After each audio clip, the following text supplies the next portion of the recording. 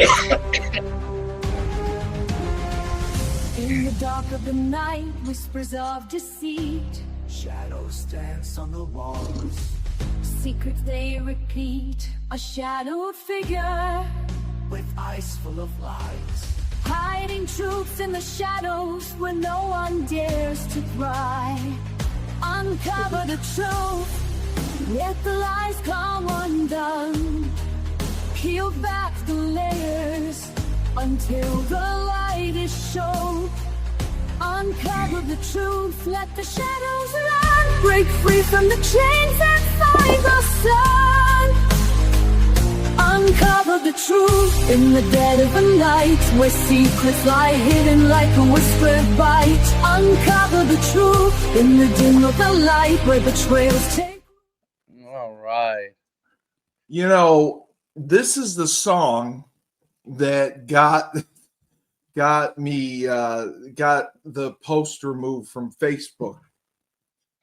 The video, the music. They're saying it was NBC Universal who complained and said About that?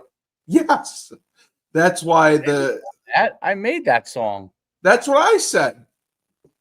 You got to challenge that. I made it. No, I did, but it was on Facebook. But that they said that I could use the video, but they had to cut out the music. No, because NBC Universal challenged it, and I'm like, Schuman created it. I created that song. Let me see if I can find it. I don't think anyone else is creating lyrics with Steve Cully and Dave Schuman in the dead of the night with secrets like whispers. No way. No way. Let me see. No, where is no, it? It's fine. It's in fine. the dead of the night. It's okay. Yeah. I just thought it was funny. I even made. Wait till. Oh yeah, here it is. Wait. That's it right there. That's my song, dude. That's mine. That's right. We trying to take my shit, NBC. Well, this is another Bloodlines in Betrayal. And today we are talking about a phenomenal event. And Coach Schuman is saying yes to greatness, and he doesn't have camp this week, and he's losing his tan, which is also good. The very controversial event, well known in our history, the siege on Waco. The siege on Waco, which was back in, it was a 51-day standoff, and it was in 1993. 1993. It was about the Branch Davidians, I believe how you say it, and their charismatic leader, David Koresh, none other, David Koresh, who had taken over. And it's interesting to read about it because there were two issues that caused the siege, and it all probably could have been prevented except for one flaw that happened on the way. So they were in the federal government and the Texas Rangers, other law enforcement, they were investigating them for a while, but it was the ATF basically had learned that they were stockpiling weapons, not only weapons, but illegal weapons. And they got a search warrant for the compound, and they got arrest warrants for Koresh and several of the group members. And the other issue, obviously, David Koresh was, I don't know how to say this, fornicating with minors, maybe. Also, Yeah. also he was is it polyamorous or polymorphous? Yeah. Polyamorous. Yeah. So he, I mean, him and Jim Jones both did that. That's got to be the good thing about being a cult leader. Yeah. I mean, I guess if that's you, the requirement of being a cult leader. We get to be yeah, I guess that's great about being a cult leader. You can just take whoever you want. Say, I'm having sex with her tonight. So that happened. So I didn't know this. The ATF planned a sudden daylight raid on the ranch to serve the warrants because they obviously wanted the surprise. You know, they wanted to have a surprise, but it was blown, which is crazy. I hearing about this. A local reporter was tipped off about the raid and he was going to cover it. And he didn't know how to get to the Branch Davidian site. So he stopped at a U.S. Postal Service. He stopped the U.S. Postal Service mail carrier and asked him for directions on how to get to the facility. And the mail carrier was coincidentally David Koresh's brother-in-law. How about that? So his brother-in-law obviously notified him, and the group's members were fully armed and prepared for the raid. So the ATF basically ended up being the ones getting ambushed. They initiated the raid. There was a ton of gunfire. 4 ATF agents lost their lives. 6 Branch Davidians were killed. And following the ATF entering the property and, you know, its failure to execute the search warrant, a siege was initiated by the FBI. And as we all know, the FBI tries to negotiate first. They don't want any further loss of life. So they started negotiations. And it was I can't believe it was a 51-day standoff. It was a 51-day standoff. I can't believe that the FBI would negotiate for that long. That's what's kind of surprising for me, because I mean, I've seen other documentaries and police shows where negotiators, you know, especially hostage negotiators during hostage situations, there's a time limit where if it's not going anywhere, they breach, right? Right. And my question, they waited for a long time. Well, they didn't want to breach. There were so many children in there. That's what I was going to say to you. Is that why? Because there were so many people and children. Okay. I watched the show on it, like a couple of the things on it. I did too. And I remember, the ATF made a lot of mistakes. Yes, they did. And they had a poor plan going in from where they were going to enter as well, which I think caused it. And they had a guy on the inside. Yes, they had a guy on the inside who was kind of trying to tell them. But I it sounded like the guy on the inside was playing both sides. Yeah, he was. Okay, because that's usually what they do, but well, but it seemed like he was also giving the like he once he was found out that he was ATF.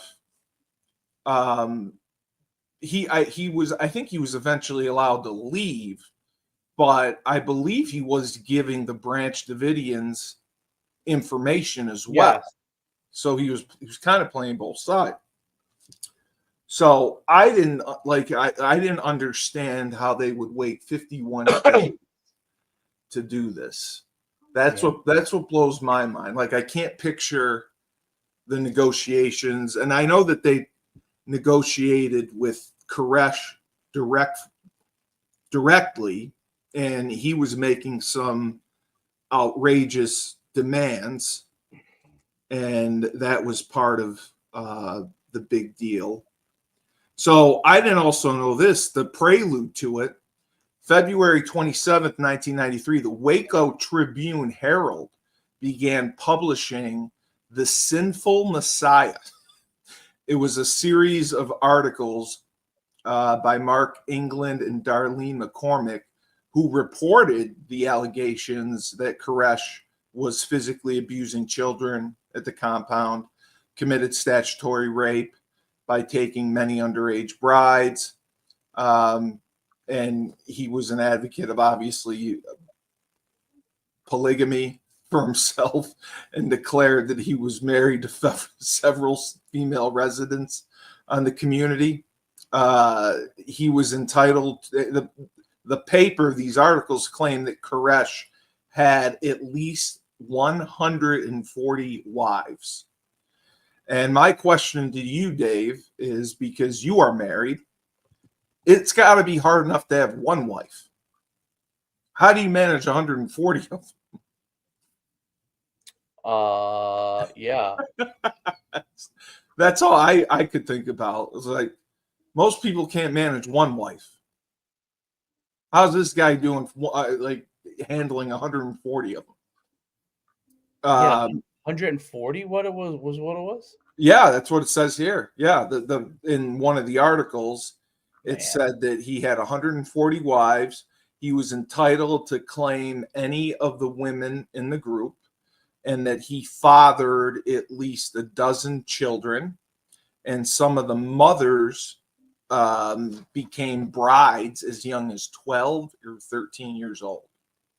So in addition to the sexual abuse and misconduct, Koresh and his followers, they had been suspected of stockpiling weapons since May of 1992. The ATF were contacted and notified by, actually, it was a UPS representative, because UPS had been delivering so many packages to the compound. One of the packages broke open accidentally, and it revealed half a dozen grenades. Grenades, Dave. And he also the postal carrier also noted that the compound had been receiving packages from an arms dealer for months. So you can call UPS. I can put grenades in a UPS box and just send them. No, I don't think you can. I mean, I don't think you can either, but I mean, wouldn't you think they would notice? You don't think they'd notice that the package was fucking grenades? That's what I can't believe. So in June 9th of 1992, the ATF opened the formal investigation, and that's why all of this happened. They investigated up until February, and that's when they were going to use the warrants. So the ATF used an affidavit by Special Agent David Aguilera to obtain the search and arrest warrant that led to the Waco siege. And it was, like I said, the postal worker who informed them about the grenades, and the sheriff's office was notified in May of June of that year that, like, hey, you got a big problem. There were grenades, black gunpowder, 90 pounds of powdered aluminum, and 30 to 40 cardboard tubs. They had AR-15s and M16 kits. And the sellers were also under investigation. But all of this stuff, like, I just can't believe that day after day, UPS is just delivering packages to the Branch Davidians and not knowing. That's what's crazy. So That's crazy. Yes. So the search warrant, they were going to go on or before February 28th, 1993, in the daytime between 6 a.m. and 10 a.m. And now the other thing they claimed, which I never heard this on any of the documentaries, was that Koresh was manufacturing methamphetamine.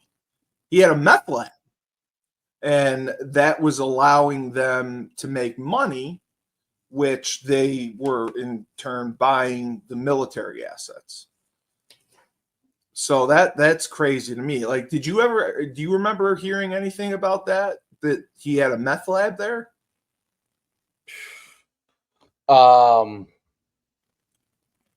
He had a meth lab there? I didn't know that. No.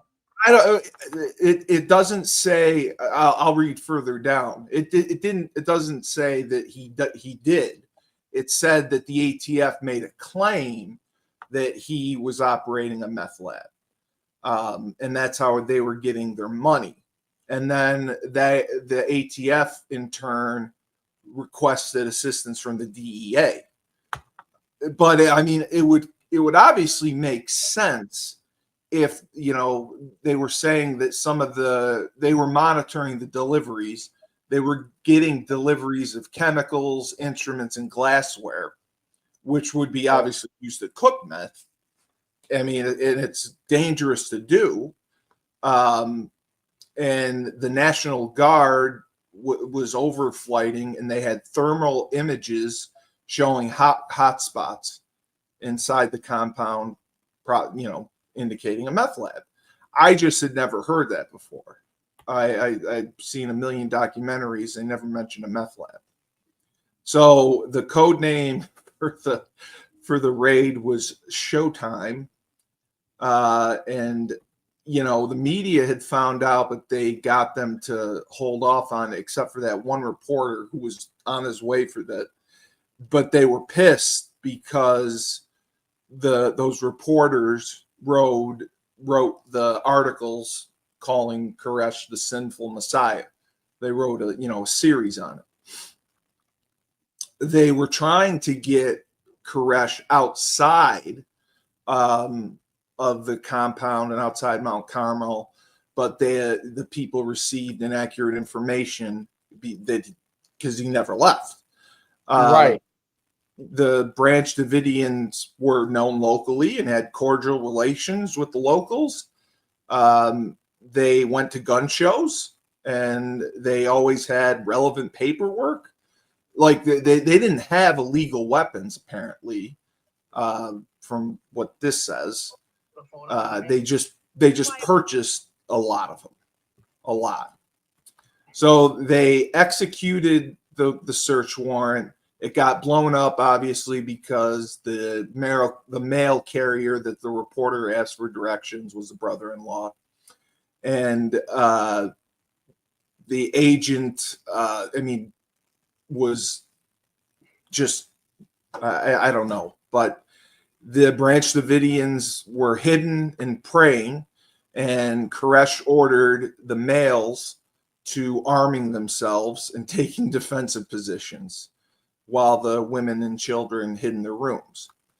Now, this is also disputed. Who shot first? ATF agents claimed that they heard shots coming from the compound.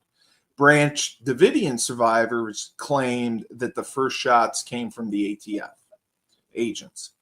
That was a huge point of contention. A suggested reason may have been an accidental discharge of a weapon, possibly by an ATF agent, that caused the ATF to respond to fire with automatic weapons. And then other reports claim the first shots fired by the ATF dog team sent to kill the dogs in the Branch Davidians kennel. That's amazing. 3 helicopters of the Army National Guard were used as aerial distraction. All took oncoming fire. And Koresh actually got shot. He was wounded. He was shot in the hand and in the stomach. And within a minute of the raid's start, the Branch Davidians called emergency services. He called 911 and pleaded for them to stop shooting. And he asked for a ceasefire. And you can hear him on the audio tapes basically saying, here they come again. They're shooting. They're shooting. It's not us. It's not us. This was the sad part. The first ATF casualty was an agent who made it to the west side of the building before he was wounded. Agents took cover, fired at the buildings while the helicopters began their diversion.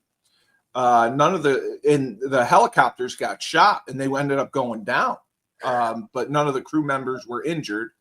The helicopters pulled away from the compound and landed on the east side. Then the agents put 2 of the ladders against the east side of the building, and this is, I think, what we always see on TV, where they climb the roof and they try to secure it. And if you remember, they were trying to climb through the window. Yes, and it's the new scene where you see the agents taking fire. Yep. That's where they believe the weapons were stored. An agent was killed and another was wounded. And a third agent got over the peak of the roof and they attempted to enter the armory. The window was smashed. Flashbang stun grenades were thrown in. The agents breached, entered the armory, and then, bullets started to penetrate the wall, and an agent got wounded. He was able to reach the ladder and get down.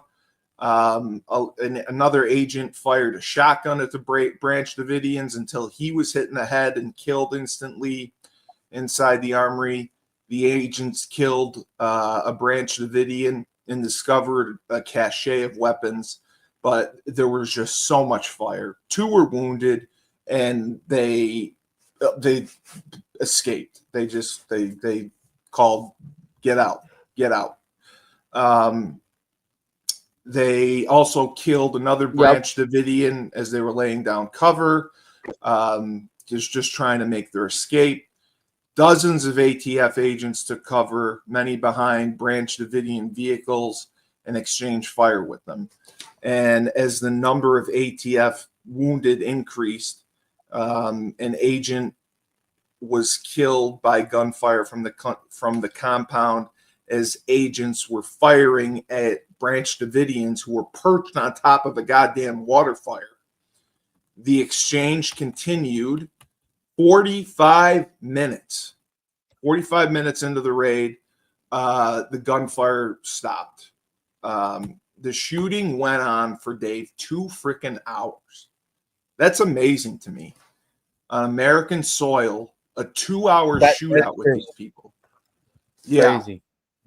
So now this is the other thing I didn't know. The ATF agents withdrew and ceased fire.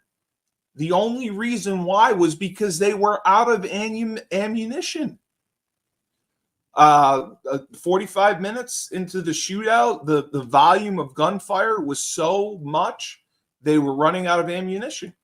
And the Branch Davidians had more than them, had plenty.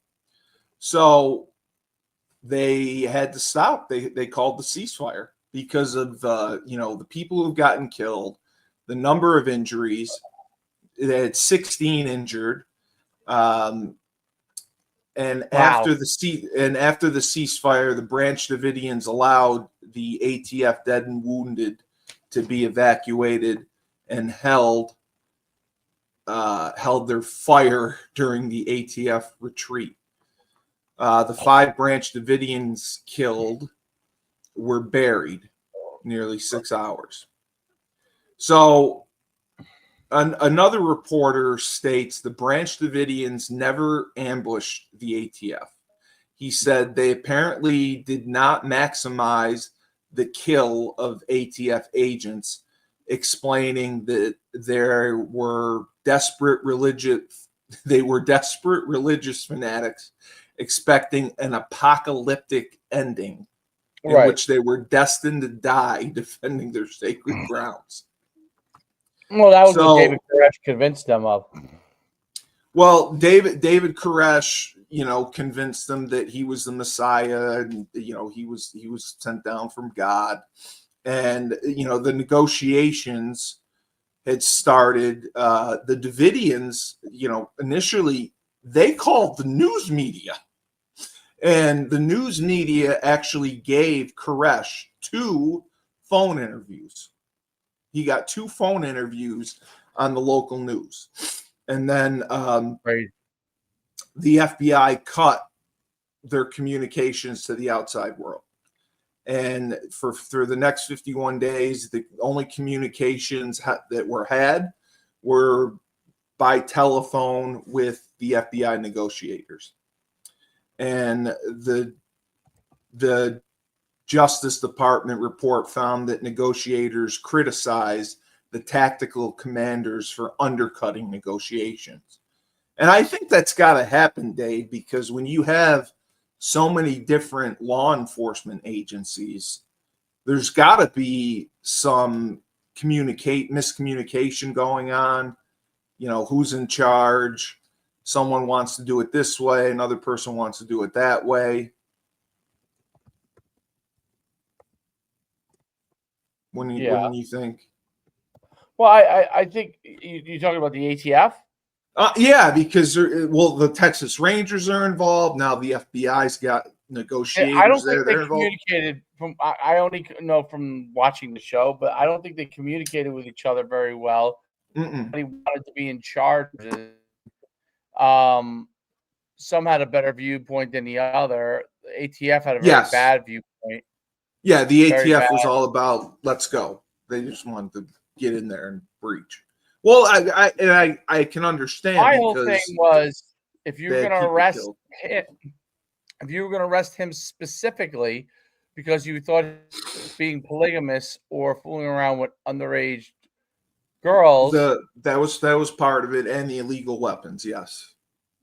yeah, but they could have he came out to visit with them many times. They could have just arrested He did. him. Yes, he did. You're right. Just arrested him if that was the case. Like, if You're you thought absolutely right. If you thought people were in imminent danger, okay, why are you letting him walk back?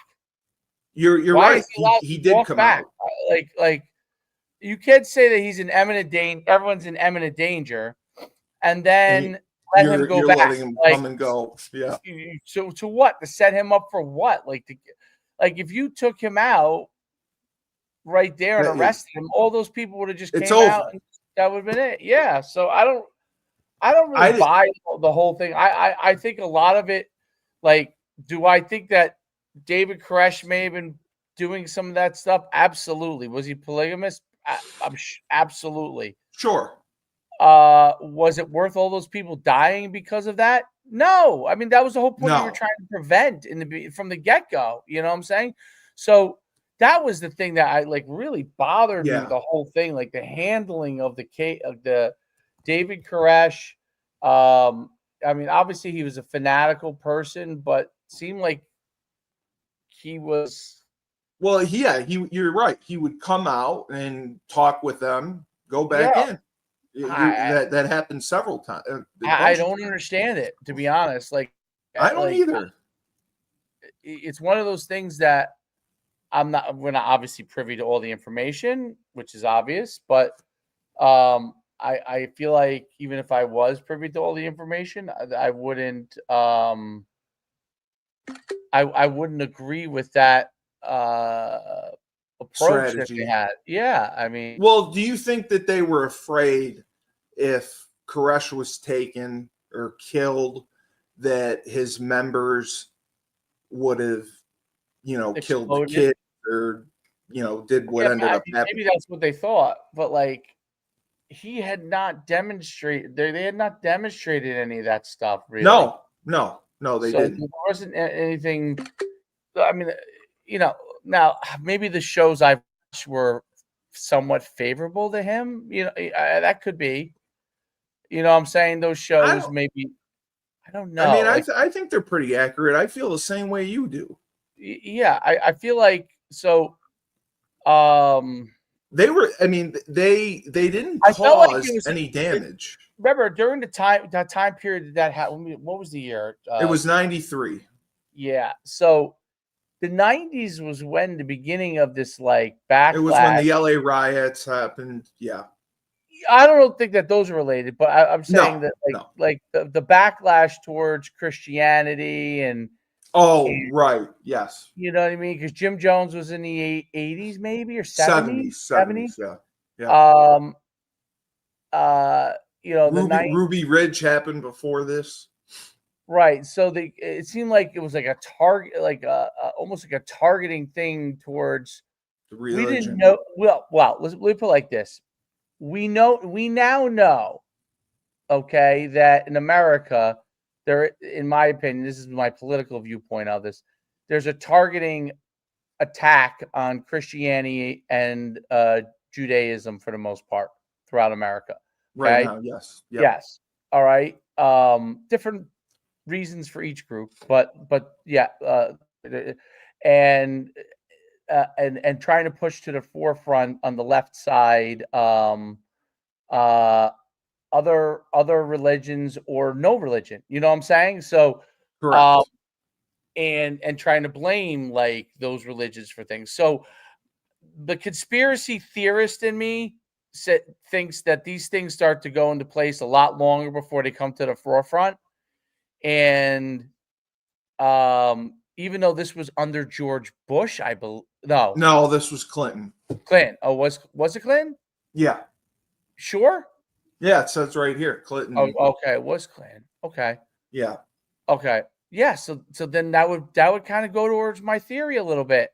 I mean, Clinton is obviously more in the middle of the road, but they could, but within government, you know what I'm saying? It doesn't mean that was Clinton's agenda. Clinton was pissed about this. Yeah, I was saying like he's more middle of the road. I don't think it was his agenda, but I think there may have been some agendas within the ATF, or the government to just go into. Now traditionally you would say the ATF would be a more conservative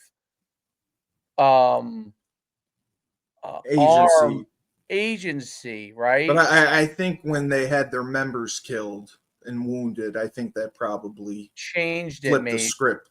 Yeah. I don't know. I just think that it was really, to me, like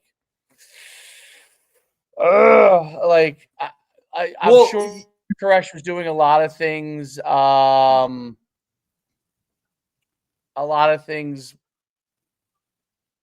illegal or immoral. Some were definitely immoral. A lot of the weapons were obtained legally. That's the thing. Like, he was stockpiling weapons, but the majority of them were legal. Because he felt like he was going to be attacked. They were attacked. Well, yeah, they were preparing for Armageddon. Yes. Yeah, correct.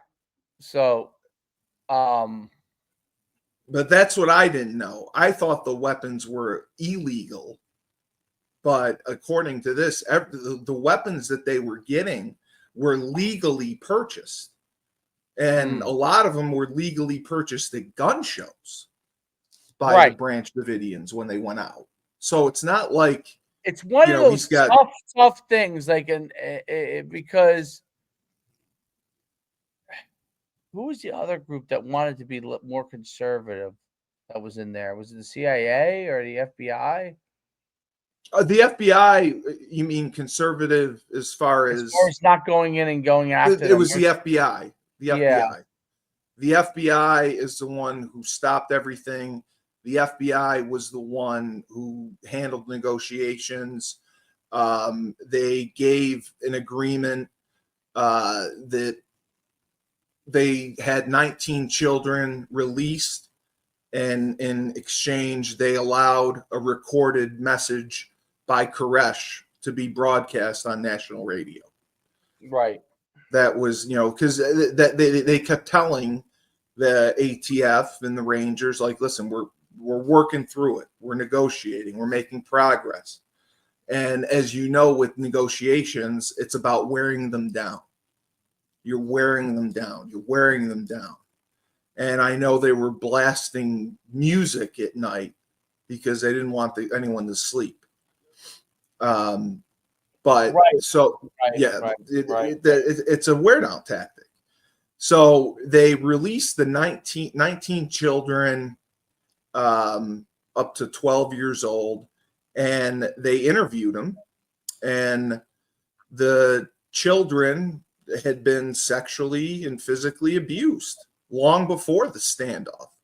And that was my point of if they knew that was going on, shouldn't they have gone in? Like if the excuse was we had to go in, right? Right. Then, and you knew these things were going on. Like, what brought upon the panic on this day? You know what I'm saying? We had 50 some odd days of standoff, right? And you knew this was going on. You had this intel. You didn't go in. That was the part that I thought was so suspicious. Well, they investigated it for over a year. And what did they find? They found that, number one, they thought he was operating a meth lab. And they thought he had obtained illegal firearms because the UPS driver said in the affidavit that one of the packages mistakenly opened and he saw grenades. So that was their excuse to get the search warrant. They're obviously prepared. Yeah, 100%. 100%. But, they got the 19 kids out and they felt like they were making progress. Right. But what, this kept going on and going on. And it, eventually during the siege, the FBI sent a video camera to the Branch Davidians because they wanted Koresh to show what was going on. And he showed his children, his wives to the FBI negotiators, including 7 minors who claimed to have had babies fathered by Koresh. That was crazy. Yeah, that was crazy. He fathered 14 children, and he would not let them leave the compound. The other kids he let leave. He wouldn't let his own kids leave. And, the Branch Davidians made statements on the video that they want to be there, that there's no hostages here, because they treated it as a hostage situation. And everyone was saying, no, they want to be here. They did not, and this was the other thing that was screwy, they never released this video to the media because they felt the media would have sympathy for Koresh and the Branch Davidians, because it showed 23 children inside the compound, child care professionals taking care of the children. And, as the siege continued, Koresh he kept negotiating for more time, allegedly. So he wanted to write all these religious documents he needed to complete before surrendering. And his conversations were very dense with biblical imagery, and it alienated the federal negotiators who treated the situation, like I said, as a hostage crisis among themselves. And, they weren't listening to Koresh's words, calling it Bible babble. So this I also didn't know.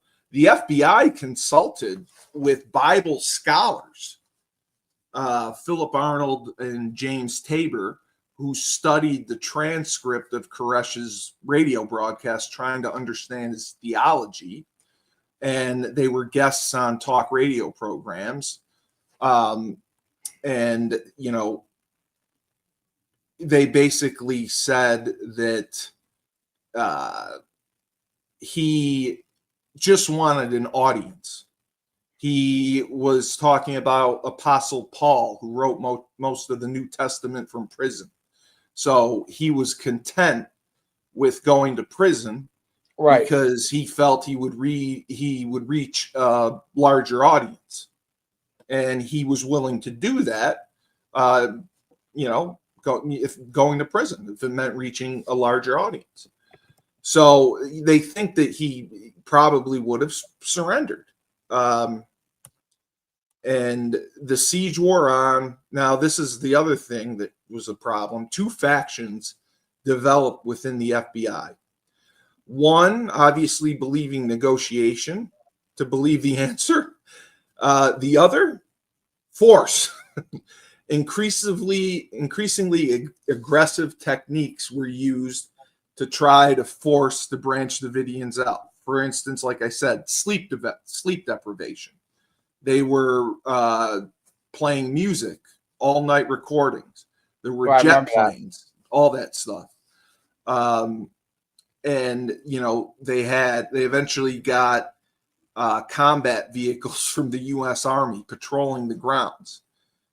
They were destroying the perimeter fencing and cars that the Branch Davidians owned, and it was just crazy. And they drove over a grave of one of the Branch Davidians. And then, so now the other thing that happened, 2 of the 3 water storage tanks of the main building were damaged during the raid, and the FBI cut power and water to the compound. So people thought this was definitely wrong to do. It forced them to survive on rainwater and MRE, obviously military rations. Criticisms were by many people. Many people criticized the tactic of, using sleep and peace disrupting sound against the Branch Davidians. The point was this: they were trying to have sleep disturbances, and they were trying to take someone that they viewed as unstable to start with, and they were trying to drive him crazy. And then they get mad because he does something that they think is irrational. That's what several people said. So you already have a guy who's nuts. You think he's unstable, so let's deprive him of sleep, and let's try to drive him even crazier. And then they get mad that he does something, completely irrational.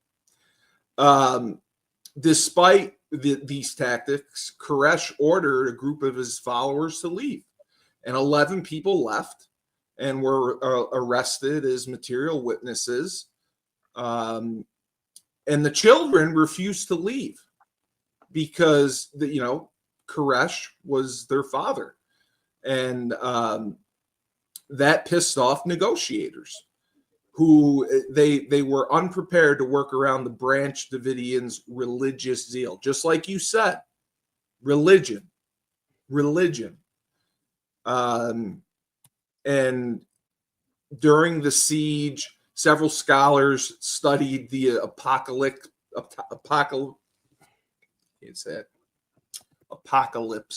in religious groups, attempting to persuade the FBI that the siege tactics being used would only reinforce the impression within the Branch Davidians that they were part of a biblical end of times confrontation that had a cosmic significance, and that would likely increase the chances of a violent and deadly outcome. So they knew this. I mean, they were having experts telling him this.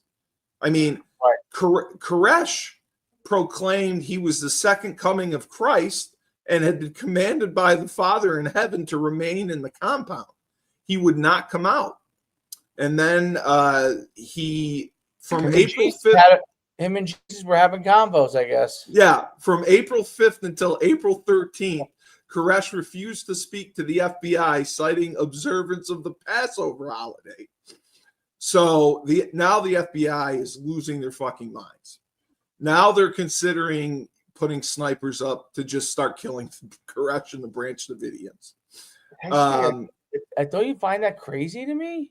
I do, because he's he's not actively, like, this is not a hostage situation. He's not hurting anyone. He's not doing anything. Even though they're underaged, and people have talked about after that they didn't know any better, basically. And yeah, the kid, his all the other kids were released. His kids refused to leave him, because he's their dad. So that was the main issue. And the FBI, again, like I said, there were the two camps. They're like, listen, we're negotiating. He's releasing people. He's being cooperative. Let's just keep talking. And they were just getting impatient because, again, this is 51 days you're talking about. So, they wanted to put snipers up there and just start shooting. And, the other camp of the FBI voiced concern that the Branch Davidians. One of the worst days, 9/11 obviously was worse, but it was one of the worst days as far as what the government did on American soil. Yes. Jonestown had been the largest mass murder of Americans before 9/11, but this on American soil. Yes. What was Jonestown? I don't. Jonestown was Jim Jones. Jim Jones. Yeah. That was the largest mass murder of Americans before 9/11, but that wasn't on American soil. Jim Jones did it in South America. That's what I'm saying. It wasn't on American soil, but it was the largest mass murder of Americans themselves. Correct. But this was the largest on American soil. Correct. And Koresh had his lawyer, the legendary Dick DeGuerin, who's awesome. That was his last communication to the outside world. I love how much you know about the. Even though you're not Dick DeGuerin represented Robert Durst. Right. That's why I know, and I'm a child of a lawyer. So he promised to exit the compound as soon. He was writing down an interpretation of the 7 seals of the Book of Revelation, and he was going to exit the compound as soon as it was completed. And this was his last communication. I want the people of this generations to be saved. I'm working night and day to complete my final work of writing out of these seals. I thank my Father. He's finally granted me a chance to do this. It will bring new light and hope to many. They will not have to deal with me, the person. I will demand the first manuscript of seals be given to you. Many scholars and religious leaders will wish to have copies for examination. I will keep a copy with me. As soon as I can see that people like Jim Tabor and Phil Arnold have a copy, those were the FBI. Those were the biblical scholars the FBI consulted with. I will have a copy out to you, and you do your thing with it. The letter sparked immediate disagreement within the FBI. While some of it saw it as a breakthrough, others ridiculed it, suspecting it to be a delay tactic to buy Koresh more time for a violent confrontation. And again, I disagree with this, because he had no interest in violence. The only violence that happened was when the ATF breached in the first search warrant. There was no violence after that. So that's why I disagree that they're saying he's gonna complete it, and then he's gonna come out guns blazing. I don't agree with that. The FBI consulted a psychologist from Syracuse to understand his mental state. After examining this and 4 other letters, the report said that he exhibited all the hallmarks of rampant, morbidly vigilant paranoia. And I do not believe there is in these writings any better, or at least certain, hope for an early end to the siege. Right. So that was the end of the end. After they found out basically his state of mind and they didn't think that he was going to end the siege, Janet Reno, newly appointed U.S. Attorney General, approved recommendations by the FBI hostage rescue team to mount an assault after being told conditions were deteriorating and children were being abused inside the compound. Well, conditions were deteriorating because you cut off the power and their water. Right. Right. So Reno went right to Clinton. And she recalled allegedly April 19th, 1985, the Covenant, the Sword, and the Arm of the Lord siege in Arkansas. Wow, I never heard of that, which was ended without a loss of life. Clinton suggested similar tactics against the Branch Davidians. Janet Reno countered that the FBI hostage rescue team was tired of waiting, that the standoff was costing millions of dollars per week. That's probably true. Yeah, and sure. There was child sexual abuse and mass suicide that could happen. So Clinton finally said, I told her if she thought it's the right thing to do, go ahead. And Janet Reno took a lot of flack for this. She approved the final CS gas varied from her initial claim that the FBI hostage rescue team had told her Koresh was abusing children and beating babies, which I don't believe. And the FBI hostage team denied ever saying there was child abuse during the standoff, to her claim. I heard too. So April 19th, that was it. The assault took place. The Branch Davidians were heavily, because they were heavily armed. They had combat armored engineered vehicles, and the CEV used explosives to punch holes through the walls of the building. So the compound they could pump the tear gas into the compound to force the Branch Davidians out without harming them. And they did this. They increased the amount of gas for over 2 days.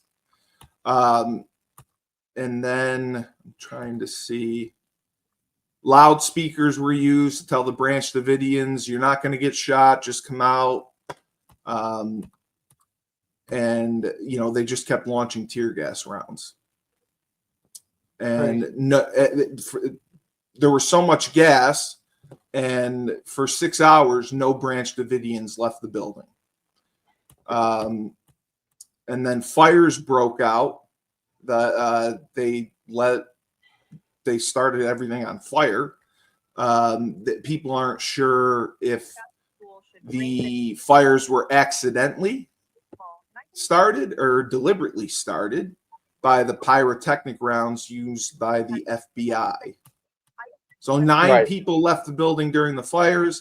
The remaining Branch Davidians, including the children, were either buried alive by rubble, suffocated, or shot. Yep. Many were killed by smoke and carbon dioxide. And everyone died. Everyone died. Autopsies showed women and children found beneath the fallen concrete wall of storage. They all died of skull injuries. And they never found a meth lab. Because there was none. They made it up so they can go in. Yep. And 20 Branch Davidians were shot, including Koresh, as well as 5 of his children under the age of 14. There was another 3-year-old was stabbed in the chest. That's crazy. And these were all mercy killings carried out by the Branch Davidians. And it's said they were killed because the Branch Davidians were trapped in the fire with no escape. Yep. That's on. So I didn't know that. I thought it was suicide. I thought it was like Jim Jones where he hadn't drink the Kool-Aid. No. So yeah, the they investigated it, and the gunshot wounds support self-destruction, either by overt suicide or consensual execution, suicide by proxy, or forced execution. Because, you know, when they punched in the walls and the fire started, they were trapped. So that's unbelievable to me, and it's got the chronology and some of the transcripts of it. You know, people were waving white flags saying to just stop attacking, we're not doing anything. They finally had fire trucks come when the scene was secure, and the aftermath was just a mess. Was a mess. The new ATF director, John McGraw, criticized several aspects of the ATF raid. He came on in 95, the Government Accountability Office report on the use of force by the federal law enforcement agencies, observed on the basis of the Treasury's report of the Waco operation and the views of the tactical experts, own ATF personnel decided in October of 1995 the dynamic entry would only be planned after all other options had been considered and adjusted training accordingly. Because you have to remember, they went there with an arsenal, and there was no peaceful discussions. There was no attempt to peacefully serve the warrant. They just started there was just a shootout. So I mean, now because of this, they placed a greater emphasis on crisis negotiation and peaceful resolutions.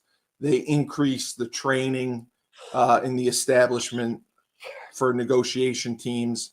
The hostage rescue team underwent enhancements in terms of training, equipment, and coordination to improve their effectiveness in high-risk operations. It was just crazy. There was a ton of criminal prosecution and civil litigation.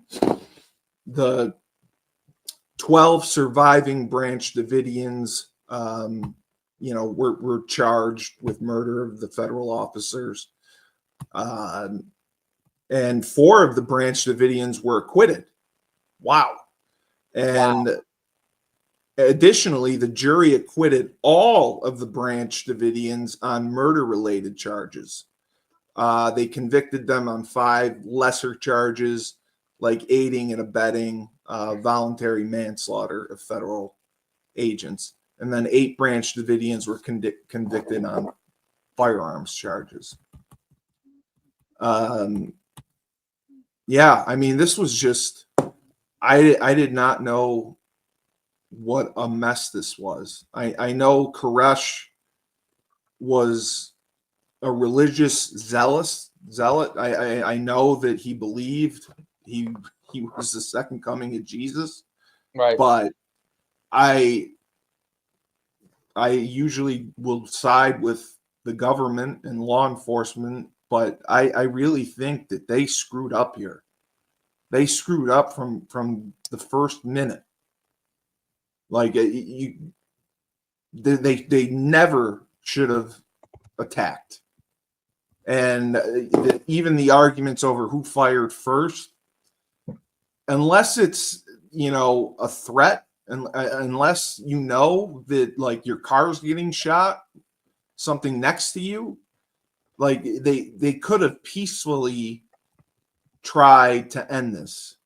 And in the 51 days, to cut the water and the power, that's just disgusting. Yeah. They, why, how could you do that? And then the sleep deprivation. And I agree, like with the Syracuse guy who said, or not the Syracuse guy, one of the FBI guys said, you guys think this Koresh is crazy, so you're sleep depriving him, you cut his water, you're making a crazier man crazier. What do you think he's going to do? Right. what do you think is going to happen? You want to de-escalate it, not escalate it. Yeah. And then, crazy enough, there were civil suits by the Branch Davidians. They sued a lot of people. But unfortunately, I don't think. Yeah, they did lose the lawsuit because obviously it's Texas. They said they were fined to use the tear gas, and the use of force was necessary. The press coverage was criticized for its sensationalism and for providing a platform for Koresh and his followers. Journalists were accused of glamorizing Koresh and his beliefs. I didn't know. I didn't read anything. Do you remember? I didn't remember that. I don't remember that either, that he was glamorized. I remember people calling him crazy. I never thought that he was glorified. No, I don't think so either. But yeah, and like the controversies, several of the ATF people say that the first shots, one of the agents from the ATF team said that the first shots came from the ATF. Okay. His name is Roland Besteros, and he got crucified for saying that. Really? Yeah. Well, yeah, they were furious that he would turn against his own. Regardless of what happened, they would never expect him to say that. And then, the FBI said evidence from the front door will clearly show how many bullets and what happened. And then Koresh's attorney, Dick DeGuerin, went inside the Mount Carmel, the place after the siege, and testified at the trial that the protruding metal made it clear that the bullet holes were made by incoming rounds from the ATF. Yeah. So that's really disappointing. That's sad that we fired first. It's crazy. And that was that crazy story. There's no. And Janet Reno took a lot of flack for. I think they should have planned better. It should have had a better system. Well, I think it's also because of there's too many cooks in the kitchen. Yeah. When you got the FBI, you got the ATF, you got the Texas Rangers, you got sheriffs. I mean, the National Guard. I mean, it's too many cooks in the kitchen. Too many people have. It's like coaches. When you're an offensive staff and you're putting together a game plan, one coach wants to run this, another coach wants to run that, and then the OC has to make the decision. But everyone wants to give their input and do what they want to do. And I think that was a huge part of this, because even like I said, there were two camps within the FBI that disagreed between breaching and negotiating. I thought it sounded like they made progress in negotiations. I think Koresh would have surrendered. I think he would have thrived because he was a narcissist on going to prison and giving prison interviews, writing more biblical stuff, and he did not want to die. And wow, according to Alan A. Stone's report during the siege, the FBI used an incorrect psychiatrist perspective to evaluate the Branch Davidians' responses, which caused them to over-rely on Koresh's statements that they would not commit suicide. According to Stone, this incorrect evaluation caused the FBI to not ask pertinent questions to Koresh and to the others on the compound about whether they were planning a mass suicide. A more pertinent question would have been, what will you do if we tighten the noose around the compound and show overwhelming power using tear gas to force you to come out? He said that they screwed up there. I agree. I agree. Could have handled better. So yeah, there's just a ton of should not have been as much loss of life in that situation, in my opinion. Just a ton of information on it, but my God, what a story! What a mess! What a mess! What your feelings on David Koresh? I mean, well, I kind of he obviously is a pedophile. I guess he was a pedophile. I guess polyamorous. I mean, their group, like, everyone was consenting to this thing, but you can't live outside of the rules of the United States. So it's. I thought that. I don't think he was Jim Jones. I thought they should have taken him when they had the opportunities when he came and visited with them. I agree. And I think that he was obviously a loon, but wasn't really dangerous to the outside per se. And that's what was portrayed in this. This was portrayed not just that he was dangerous to those people, okay, but he was dangerous to the outside. I don't know if that makes sense, but that, like, almost like, oh, this is going to spread in some weird capacity. Like, it was not going to spread. Like, so it sounds like they were really pressing the child molestation and the underage kids. Right. They don't being want physically that going abused. On in the United States, but 100%. But and that. But it showed that it didn't happen. Took him down easily and just brought him in. You know? Yes, I agree. I thought he had a relationship too with the town. I can't remember. They got along. It said they were very cordial and got along well in town. I thought it was mishandled. 100%. 100% mishandled. 100% mishandled. Yes, something had to be done. Something had to be done about him. There was not the rush to do it, even though you're on 52 days. There didn't need to be a standoff. They could have taken him by themselves. They could have penetrated more within the system there. They could have.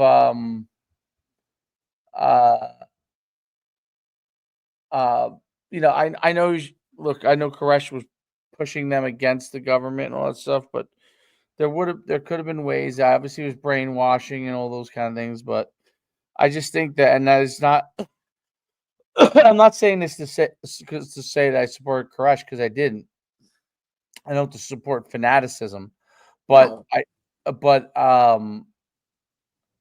But he wasn't a harm to the outside.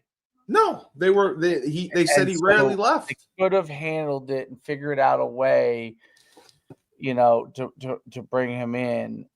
It's like, did you watch that show on on Brigham Young that was on Netflix or whatever?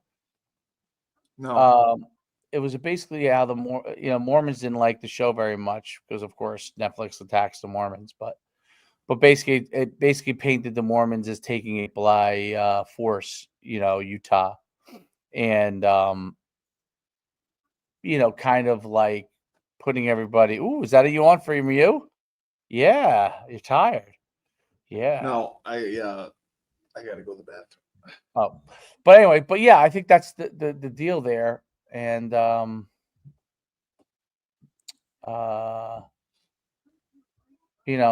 again, something had to be done, but it could have been done differently. I agree. And it was a shame it went down the way it is. Go to the bathroom.